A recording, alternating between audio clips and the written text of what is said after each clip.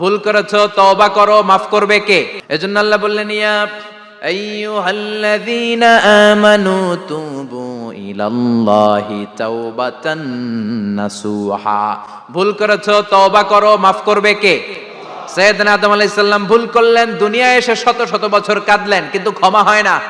আল্লাহরে বললেন, আল্লাহ কি করলে ক্ষমা পাবো বলো?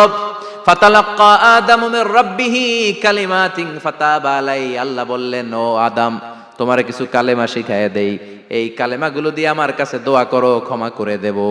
আল্লাহ শিখাইয়া দিলেন, ও আদম, দুই হাত তুলে চোখের পানি ছেড়ে আমার কাছে পড়ো, রব্বানা, পড়েন, রব্বানা যালামনা আনফুসানা ওয়া ইল্লাম তাগফির লানা ওয়া তারহামনা লানাকুনান্না মিনাল খাসিরিন। এটা শিখাই দিছিল আল্লাহ।